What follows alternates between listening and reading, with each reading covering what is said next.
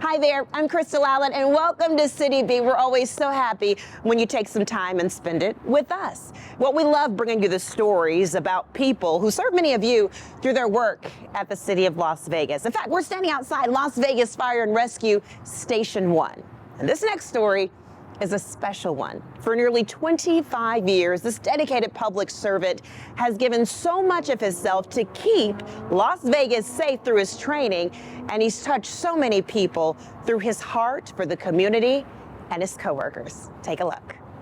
Ask anyone at Las Vegas Fire and Rescue. If you know Reggie, then your world is a better place.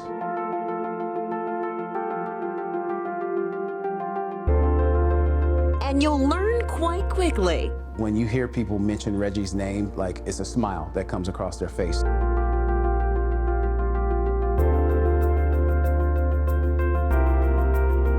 That when it comes to Fire Inspector Reggie McCullens, Everybody loves Reggie. It means a lot to me when you're kind, when you're loving, and when you're respectful. You have the odds on your side no matter what you do. a man known for leading with his heart, Reggie McCullens' life has been one of service. He served with the U.S. Air Force and Reserves for more than 30 years. In 2003, the City of Las Vegas awarded him the Medal of Honor for his service during Operation Enduring Freedom and Operation Iraqi Freedom. There's a stairwell right here. Hello to y'all. So we come out. This is the step the other side. And for nearly 25 years, So these are the set of plans that they go by, that they submit to the engineering and building and safety. Reggie McCullens has served this community in fire prevention as a fire trainer and a certified inspector. Not only does he inspect properties within the city, he also trains and mentors people within the department. I'm here to make sure that these people go home at the end of their shift and to make sure that the people out there are safe. He's again one of the inspectors that will always volunteer to go out, do the public education events. He loves being out there with the public, giving them our educational message, which is one of the most important things I think that we can do as a department. And his heart for this community is well known, especially among our youngest residents.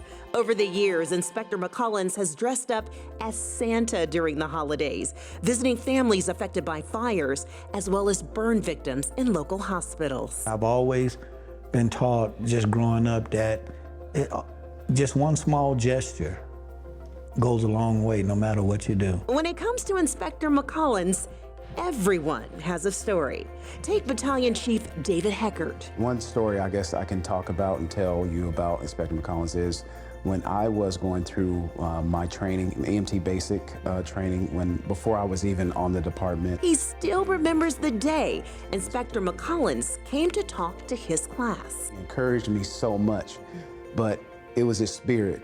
His spirit was just so encouraging and so gentle, and just that moment that he spent in that time that he shared, it always stood out to me. Then there's this story from his supervisor, Fire Prevention Inspection Supervisor Michael Spavoda. The smoke alarms were beeping at midnight. So I was out of town. I believe I was in Utah. So I'm like, well, who could I ask to do that? And I called Reggie, and not only did he answer the phone, but him and his wife grabbed a ladder, got in the car, went over to the house and helped my grandma out. So that meant a lot to me.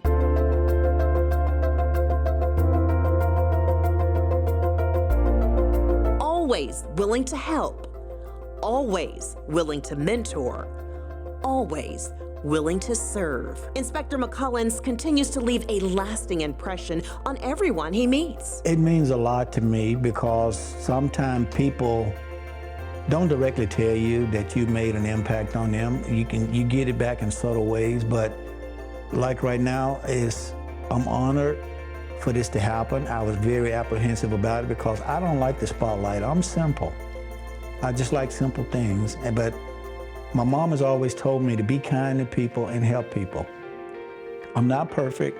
I just try to be a decent person to everybody. And everybody who knows Inspector Reggie McCullens says they're better for having had him in their lives.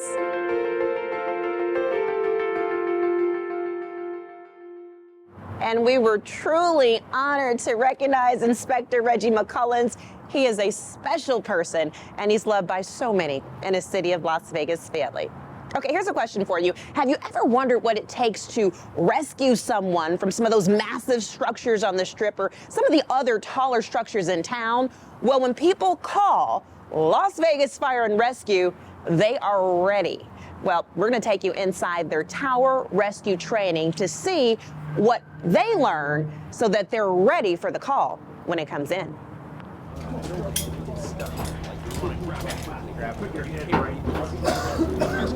Rescue on the ground. Slack on main, slack on slack main, slack belay. We are putting together a technical rescue academy, and we have individuals from 3 different departments. Ready slow? Ready slow.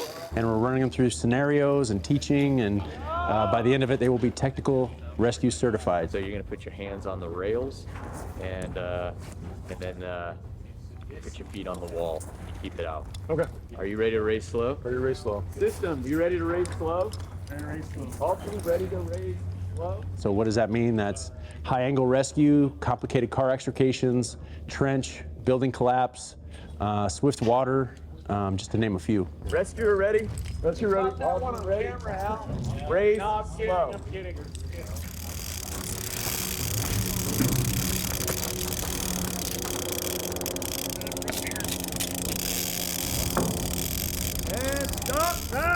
Today is about high angle rescue. Raise slow. Raise slow. We're doing pickoffs, we're doing litter operations, and just getting the guys comfortable on the ropes and manipulating these skills. Sir, I'm gonna put a rescue harness on you. Just hold still for me. Lower the stokes to a vertical position. Down slow. Down slow. Half speed.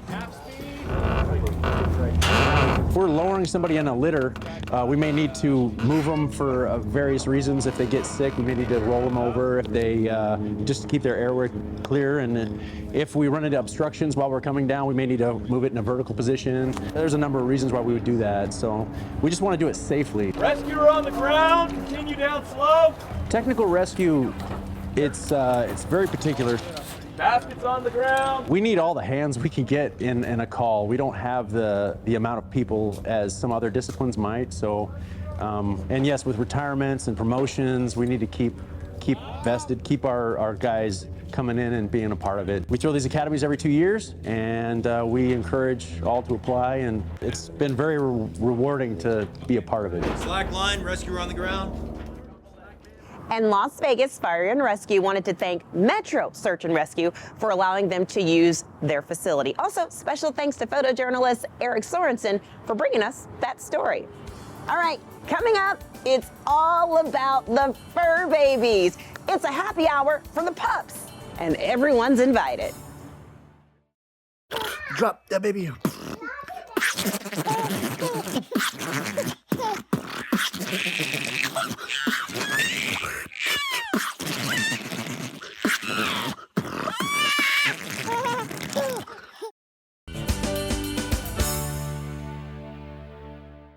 Welcome back to City View, everybody. I'm Crystal Allen. Well, one thing we love about downtown Las Vegas and the Arts District are these incredible murals. And another thing you can find in downtown Las Vegas, a really good happy hour. So how does this sound for a happy hour menu? Charcuterie boards and puppertinis. This isn't your typical happy hour. This one is for the pups. Yes, a puppy happy hour is happening right across the street at Palette, right at Colorado and Maine. Let's check it out.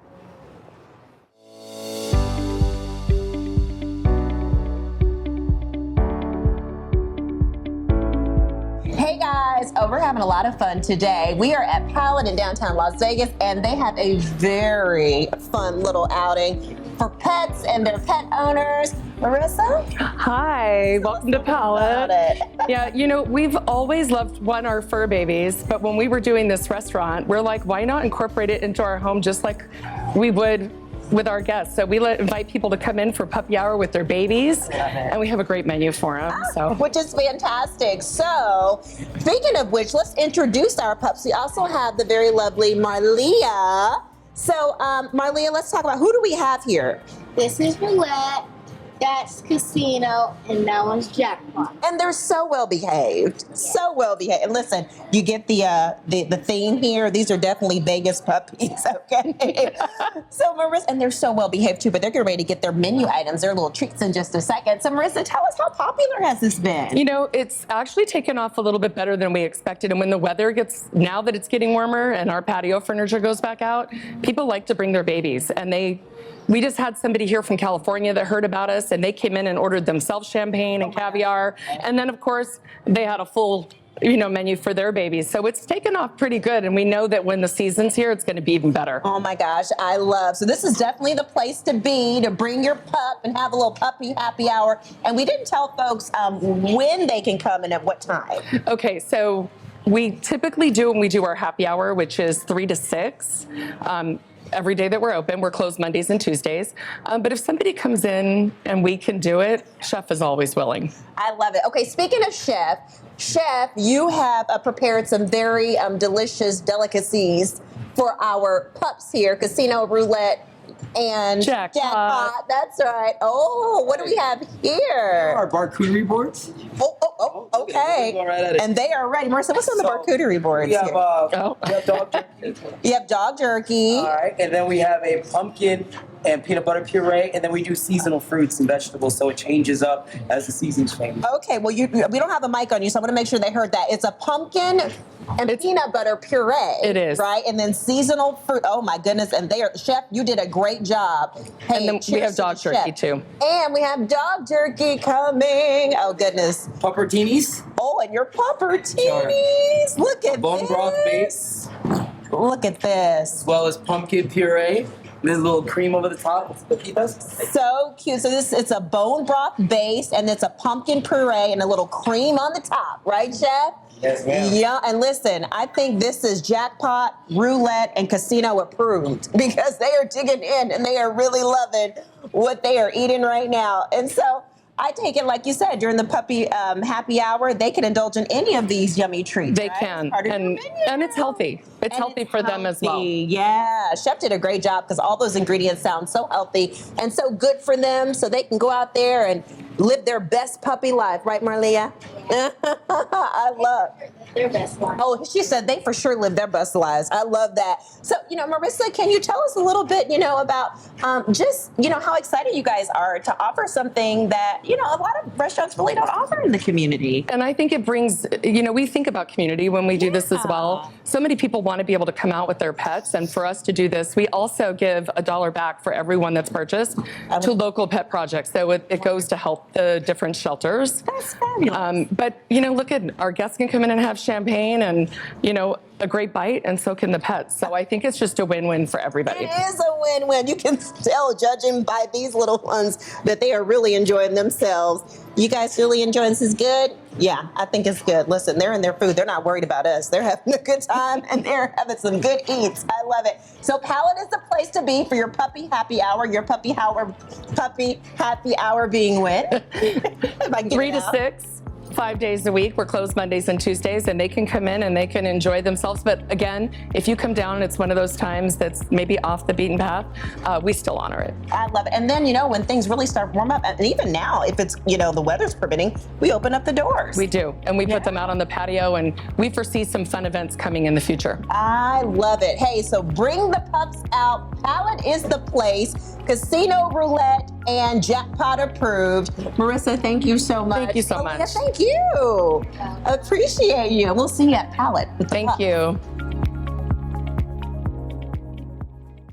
That's too cute. Now, I don't have any fur babies of my own, but as a fur baby auntie, I wouldn't mind checking that one out. Again, it is puppy approved. Again, that's at Palette, Las Vegas, located right at Colorado and Maine.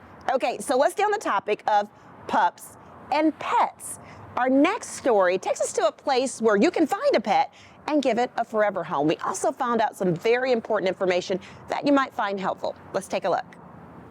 Okay, so we left our studios and we decided to take a little field trip here to the Animal Foundation. So come with me, we're gonna check out a really cute little puppy and also give you some information that you need to know. See you in a bit. Okay, everybody, we're actually inside what we call the play yard with our friend Kelsey here, the Animal Foundation. Hey, Kelsey. Hi, Crystal. And this is where, what happens here? So if you come to adopt and you want to meet a dog, they'll bring the dog out and you'll come here in the play yard, get to know the dog, see if it's a right fit for your family. I love it. And Nanny is one of our new sweet peas here at Animal Foundation, isn't she? She is Oh my wonderful. She is a gosh. staff and volunteer Like favorite. You can see treats. why she is so gentle. She is so cute. Look at her ears. I know. Aren't they the cutest? They're the star of the show. She reminds me of like the dog from the Rascals. The Little movie, Rascals, right? yep. Isn't she a love bug? And she says she's about 6 years old. give She's or about take? 6 years old. She looks like Okay. a puppy to me. She's just so sweet, so cute, and gentle. She is a sweetheart. And here's the deal, you know, by the time you see this, Nanny may be gone, but the reality is there are so many more dogs here that are definitely looking for forever homes. And you know, they always say there's two sides of the coin. We know that. One side of the coin when it comes to the Animal Foundation is that you guys had an increase in adoptions in January. January was amazing. We had more than 800 adoptions. When you hear that number, it's pretty hard to believe, but there's so many animals here at the shelter. So that's the other side of the coin. You know, we did 800 adoptions, but our intake, the number of animals coming into the shelter went up 30% in January. Okay, and you know what? Oh, I cannot. I think she likes She you. just stopped me mid-sentence. She's like, where are the treats? Where are the treats? I get it, girl, because I'm all about treats, too. So, you know, Kelsey, one thing we were saying is, and I thought it was so interesting, you said when you looked at the stats over 2024, like upwards of 80% of the dogs coming in, like these weren't just strays. These were just dogs that probably weren't microchipped, weren't properly identified, and probably had owners. They had no identification. So when they come into the shelter, we can't find their family. We don't know who they belong to. They don't have a collar. They don't have a tag. Microchips, that's where it's at. And that's because they're permanent. You know, a collar, that's great, but it can fall off. That's why we're so happy that the city made it mandatory for pet owners to have that microchip. That way, if they ever end up at the shelter, we can get them back to you. So, you know, one of the things I thought was really interesting is you have a better chance of being reunited with your pets. And we say this over and over again because we really want to drive it home if you keep the dog in the same area, That's right? Because they usually don't get very far, maybe a few streets away. So if you just walk around the neighborhood, see if anyone recognizes the dog, post them on Nextdoor. There's something called Petco Love Lost, register them on there, much more likely to get them home. If they end up at the shelter, a majority of those animals, they never make it back home, unfortunately. And that's tough because, you know, we want to leave the shelter open for dogs, you know, who really don't have owners or don't have anywhere to go. So this is a great place, great way to make sure that you're keeping pets with their owners. So, exactly. Well, we've had a lot of fun in the play yard with Nanny, but now we're gonna, I think, go see Max, right? That sounds good. All right. Oh my goodness, look at that. Okay, so now we're here with our friend Max at the Animal Foundation. Hey, Max. Good to see you. Still with Nanny. Yes. Yes, our favorite. She's such a sweet pea. So, you know, you were talking about the fact that, you know, it's not too hot now, thank goodness. It would be a really good time maybe to sign up to take the pups on field trips. Yeah, absolutely. We have this great foster program. You can either come in if you want to just take a dog out, you know, to Mount Charleston for the afternoon. Yeah. That's an option. Or basically, as part of that same foster field trip program, you could take the dog for an overnight. You could take them for a weekend, maybe a little bit longer. Okay. Come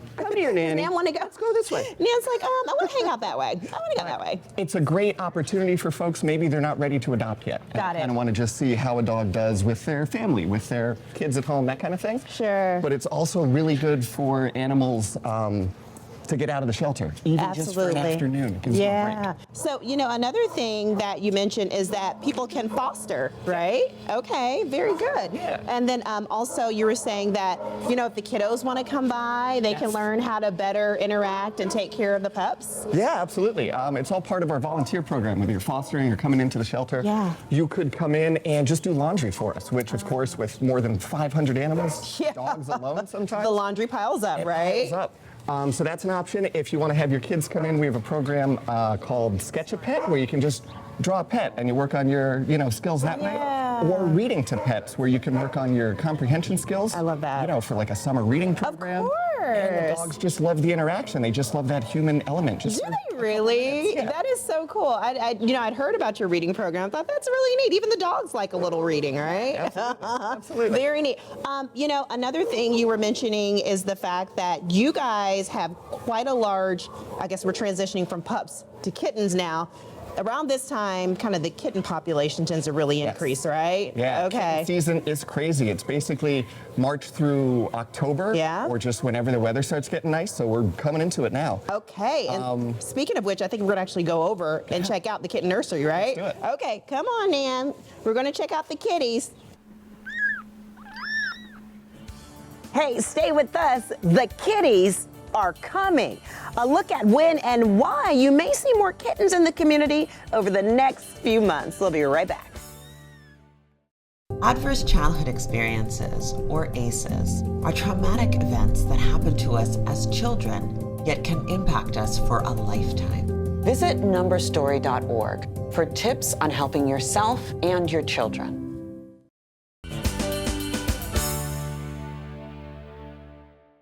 Well, welcome back, everybody. We're back at home base outside of Las Vegas City Hall. Well, before we left you, we told you the kitties were coming. When this is the time of year where we tend to see their population grow quite a bit, we continue our conversation and visit at the Animal Foundation, where we found out some really interesting information. And just wait till you see the kitties that we came across. We put Nanny away for now, let her kind of have a little break, right? She was such a good girl, but Max is still hanging out with us. So thank you for being with us, Max. And listen, here's a little tease. We have a very cute surprise right behind Eric. So that's coming up in just a minute. But Max, we want to talk about a program that a lot of people are taking advantage of in the community. It's called Bark to Basics. Yeah, so we are lucky enough here at the Animal Foundation to have 2 certified dog trainers on our staff, of which I think there are only 11 in the whole state of Nevada. So super lucky for that. Basically what Bark to Basics is, we have those folks come out and they kind of train you how to train your dog. Yep. So it's a 5-week course that folks can come out to the shelter here and take. It's an hour per week where our trainers are working with you on like the sit routine, a door routine, making sure your dog walks in a heel. Basically just giving you those basics so that you can take your dog out into public and not be embarrassed by him. You can go for a walk and not get pulled down the street. The basics. And it's really great if you adopted from us, we give you a 20% discount. Otherwise, if anyone out there wants to take advantage of it, all the information's on our website, and it's $150 for that 5 weeks. So much cheaper than private training, individual training. Yeah. And in that group setting, you can kind of, you know, get your dog more used to being socializing. They're not reactive on leash to another dog, that's a really good point. To kids, all that kind of stuff. It's really a huge benefit for everyone that's taking it. Gosh, yeah, and really affordable too, all things considering how much it would cost you to take, you know, private behavioral classes and training. And you were saying for those who end up adopting a pup, then it's 20% off. Yeah, absolutely. Which is a great deal too. 20% off if you adopted from the Animal Foundation.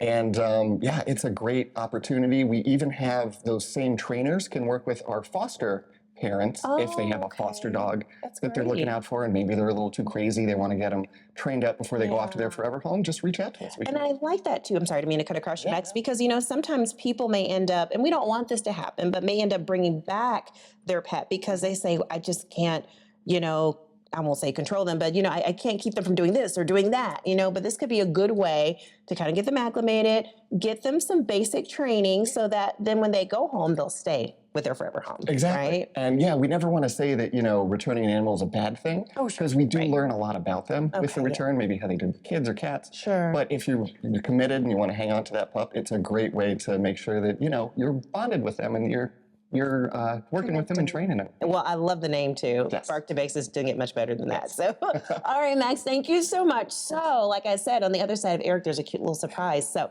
we're going to go to that in just a second. Guess who's back? Our friend Kelsey. So, this is the cuteness that we promised. Eric, can you pan down to the cuteness? Oh my gosh, Kelsey. What? Are you kidding? I've never even seen kittens this small. How old are they? Just a couple days old? These kittens are just a couple days old. We are actually inside of our kitten nursery. Some people don't even know this place exists, but this is where you will find our cutest and tiniest residents at the shelter. And they're quite vocal too. They are very loud. They might be hungry right now. Oh, and then Mama's, you know, in her crate right now. I guess they're like, listen, the spotlight's on us.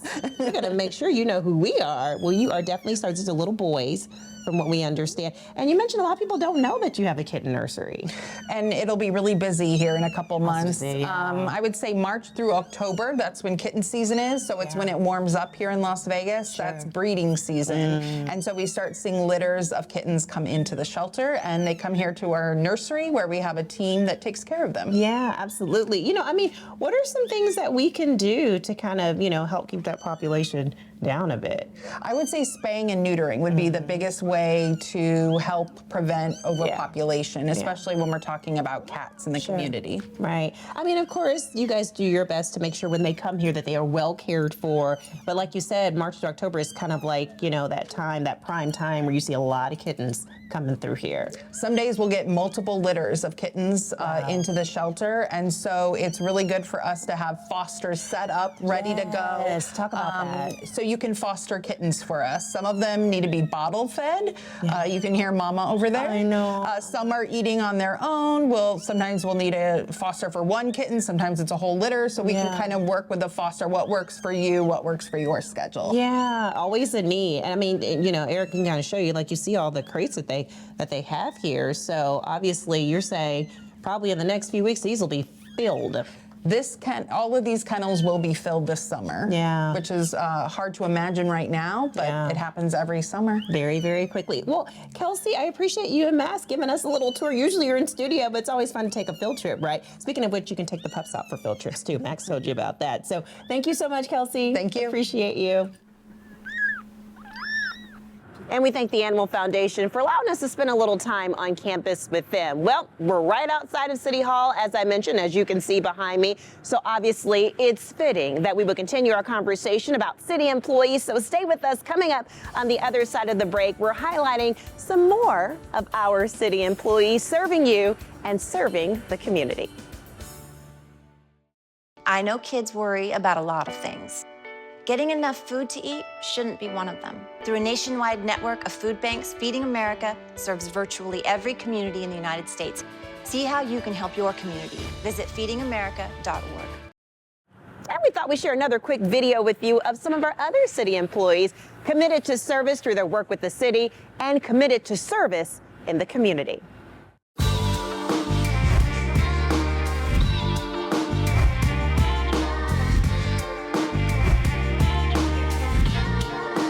We honor the sacrifices of the past and build legacies for our future. Service isn't just what we do. It's who we are. Giving back isn't an option. It's a responsibility. Service doesn't have office hours. We serve on and off the clock. We're trailblazers creating opportunity and mentors uplifting the community. Scholarship, service, and sisterhood is what we stand for and live by. Excellence in all we do. Dedication in all we pursue. This is our legacy.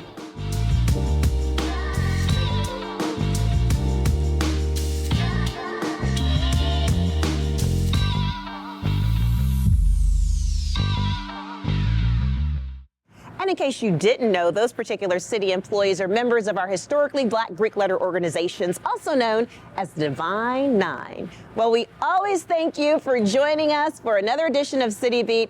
I'm Crystal Allen. Until next time, stay safe, and we'll see you soon.